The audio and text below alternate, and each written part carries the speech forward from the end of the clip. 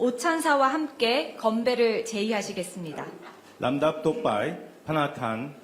통룬 시슬릿 파탄 파텟 행 사탈라나라 파사티 파타이 파사손라오 자미 캄헨 레사느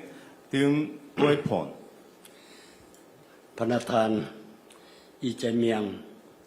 ประธานาธิบดีแห่งสาธารณรัฐเกาหลีและภรรยาท่านนางคิมแฮเจียงที่นับถือบรรดาท่านแขกที่มีเกียรติท่านยิ่งและท่านทรายทั้งเกาหลีและลาวที่ฮักแพงทั้งหลาย 존경하는 이재명 대한민국 대통령님 그리고 김혜경 여사님 그리고 오늘 이 오찬에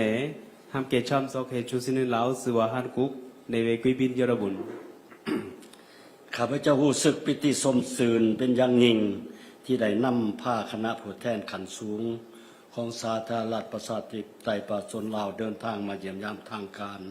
อยู่สาธารณรัฐเกาหลีในครั้งนี้ซึ่งพอดีกับที่สองประเทศของพวกเราเพื่อเฉลิมฉลองการสร้างตั้งสายพันธ์การทูตลาวเกาหลีเกาหลีลาวครบรอบ30 ปี 라오인민민주공화국 고위 대표단을 이끌고 대한민국을 공식 방문하게 돼서 너무 기쁘고 영광스럽습니다. 이번 방문은 라오스 국가 주석으로 취임하게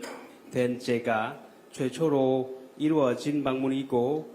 양국 수교 30주년을 기념하는 시기에 이루어지는 방문입니다. อีกเทื่อหนึ่งข้าพเจ้า ขอแสดงความขอบใจอย่างสูงมายังพระประธานาธิบดีอีเจเมียงก็คือรัฐบาลและประชาชนเกาหลีที่ได้ให้การต้อนรับอันอบอุ่นและเต็มไปด้วยไมตรีจิตมิตรภาพอันลึกซึ้ง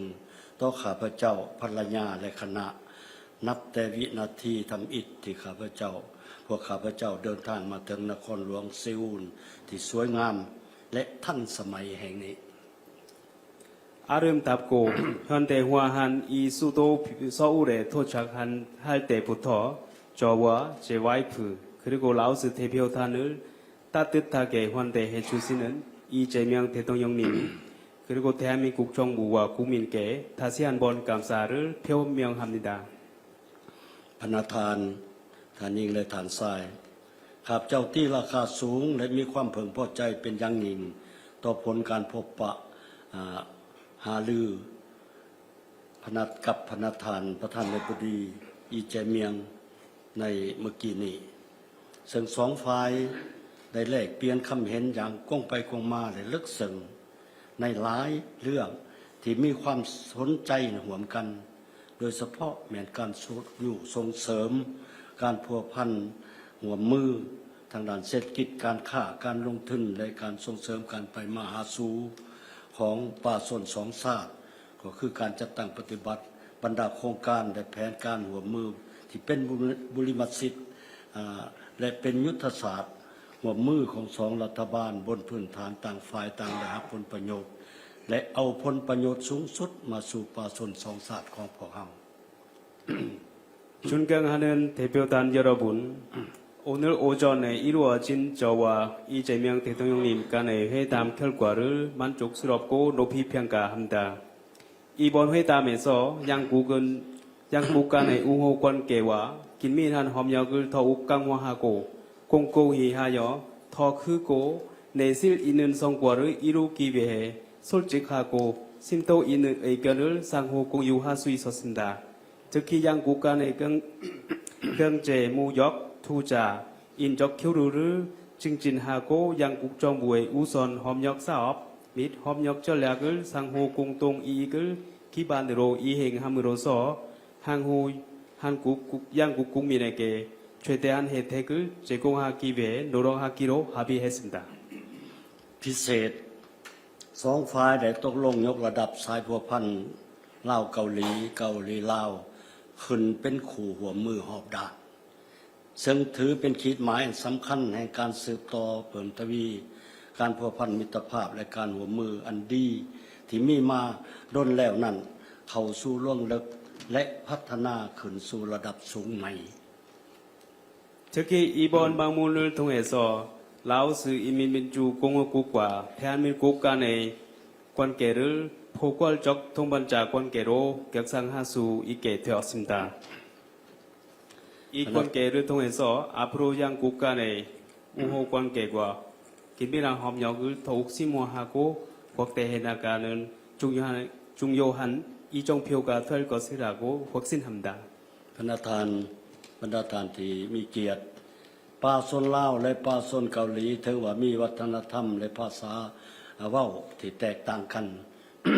แต่พวกเขามีหลายสิ่งหลายอย่างคล้ายคือกัน พวกเขาได้ผ่านพาความท้าทายทางประวัติศาสตร์อันยาวนานเพื่อรักษาเอกลักษณ์วัฒนธรรมและบรรลุเป้าหมายให้การพัฒนาแบบยืนยงสร้างได้ การพัฒนาที่มีที่มหัศจรรย์ของประชาชนเกาหลีได้กลายเป็นแห่งบันดาลใจอันแข็งแรงให้แก่หลายประเทศที่กำลังพัฒนาอยู่ในโลกรวมทั้งสาธารณรัฐประชาธิปไตยประชาชนลาวของพวกข้าพเจ้า 네, 특히 라오스와 한국은 문화적으로 차이점이 있습니다만은 양국의 공통점이 가지고 있습니다. 양국 국민이 모두 전쟁을 겪고 그리고 어려움을 이겨내고 결국 한국을 최빈국에서 선진국으로 눈부시한 성공을 거둘 수 있게 되었습니다. 한국의 이러한 개발 경험을 특히 세계 여러 나라들에게 이정표가 되고 있고 라오스에게도 좋은 교훈이 되고 있습니다. สาธารณรัฐเกาหลีเป็นเพื่อนมิตรเป็นคู่ร่วมพัฒนาที่สำคัญของสปป.ลาวพวกเฮาฮู้บุญคุณอย่างสูงต่อการสนับสนุนอันล้ำค่าและมีประสิทธิผลของรัฐบาลและประชาชนเกาหลีโดยเฉพาะในโครงเขตบุริมสิทธิ์เช่นการพัฒนาทรัพยากรมนุษย์การก่อสร้างพื้นฐานโครงหลางกสิกรรมทันสมัยการสาธารณสุขพวกเฮาบ่เพียงแต่เห็นตัวเลขการลงทุนหรือโครงการ ODA ของเกาหลีอยู่ลาวเท่านั้นแต่พวกเฮายังเห็นหัวต่อแห่งความรู้และเม็ดพันธุ์ทางด้านเทคโนโลยีทันสมัยที่กำลังงอกเงยอยู่ถึงแผ่นดินลาวสปป.ลาวให้คำมั่นสัญญาว่าจะสร้างเงินไขอำนวยความสะดวกทุกอย่างให้นักธุรกิจเกาหลีสืบต่อลงทุนสำรวจซอกหาทาแห้งอันใหญ่หลวงของพวกเฮาต่อไป 대한민국은 라오스의 개발 협력 파트너의 중요한 국가입니다. 라오스의 인적 자원 개발, 보건, 의료 분야 개선, 인프라 확충, 풀팔단 제거 같은 공적 원조를 지속적으로 지원해주고 있고 지금 이러한 한국 정부의 무상 원조 사업들이 라오스 경제 발전에 크게 기여하고 있으며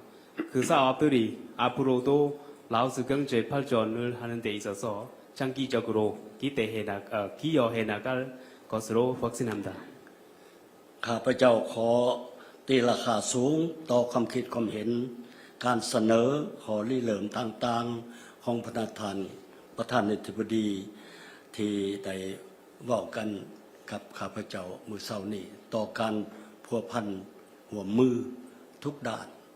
ระหว่างสเกาหลีและสปป.ลาวข้าพเจ้าก็ยังตีราคาสูงและสนับสนุนอย่างแข็งแรงต่อวิสัยทัศน์ของประธานาธิบดีในการเพิ่มทวีคู่ห่วมยุทธศาสตร์รอบด้านระหว่างสเกาหลีและอาเซียนโดยเฉพาะด้านการค้าการไปมาหาสู่ของประชาชนการปราบปรามอาชญากรรมข้ามชาติการสร้างเศรษฐกิจดิจิทัลและด้านอื่นๆเพื่อพร้อมกันบรรลุเป้าหมายการพัฒนาแบบยุ่งยงในภาคพื้น 특히 한국은 그동안 경제적으로 라오스를 포함해서 아세안 국가들과도 긴밀한 협력을 가지고 있습니다. 특히 한 아세안의 전략적 동반자 관계, 포괄적 전략적 동반자 관계를 통해서 라오스를 비롯한 아시안 여러 국가들에게도 많은 도움이 되고 있고 특히 오늘 대통령님과 이야기를 나누고 있는 몇 가지 사항과 내용들을 자꾸 반영해서 대한민국의 경제 발전 경험과 대한민국 정부의 발전 버전을 지지를 합니다. ข้าพเจ้าเชื่อว่าการพบปะของพวกเราครั้งนี้จะเป็นการสืบต่อผลสำเร็จ30 ปีผ่านมาที่เป็นการเดินหน้าต่อไป30 ปีข้างหน้าและยาวนานกว่านั้นของการเป็นคู่ร่วมมือด้านหอบด้านระหว่างสปป.ลาวและสเกาหลีที่พวกเราหาก็ตกลงกันไปเมื่อกี้นี้ 그리고 조금 전에 양국 간의 포괄적 동반자 관계를 격상하게 되고 지난 30년 동안의 협력 성공을 다시 확인할 수 있게 되었습니다. 앞으로 30년간의 협력을 내다 볼 수 있는 이런 기회가 되기를 기대합니다. ในท่ามกลางบรรยากาศที่เต็มไปด้วยไมตรีจิตมิตรภาพอันอบอุ่นครับเจ้าขอเชิญชวนพระประธานลีแจเมียงพร้อมภรรยาและบรรดาทานแขกที่มีเกียรติทั้งหลายยกจอกดื่มเพื่อ 네. 이 뜻깊은 자리에서 또한 우호적인 분위기 속에서 아래와 같이 이재명 대통령님과 김혜경 여사님 그리고 이 자리에 참석하는 대표단 여러분들께 건배를 제외하겠습니다. อวยพรให้พระประธานลีแจเมียงพร้อมด้วยภรรยาทานนางคิมแฮเกียงจงมีพลานามัยสมบูรณ์มีความผาสุกและประสบผลสำเร็จในหน้าที่อันสูงส่งของท่าน 오늘 이재명 대통령님과 김혜경 여사님의 건승과 행복 그리고 위대한 직무 수행을 성공하기를 기원합니다. และอันสุดท้ายที่สำคัญนี้พวกข้าพเจ้าหวังอย่างยิ่งว่าจะได้ต้อนรับท่านประธานบดีและภรรยาเยี่ยมยามเราในเวลาที่เพิ่นเห็นมีความสะดวก 네, 그리고 끝으로 멀지 않아 라오스에서 이재명 대통령님 내외분을 라오스에서 이렇게 원영할 수 있게 되기를 기대합니다.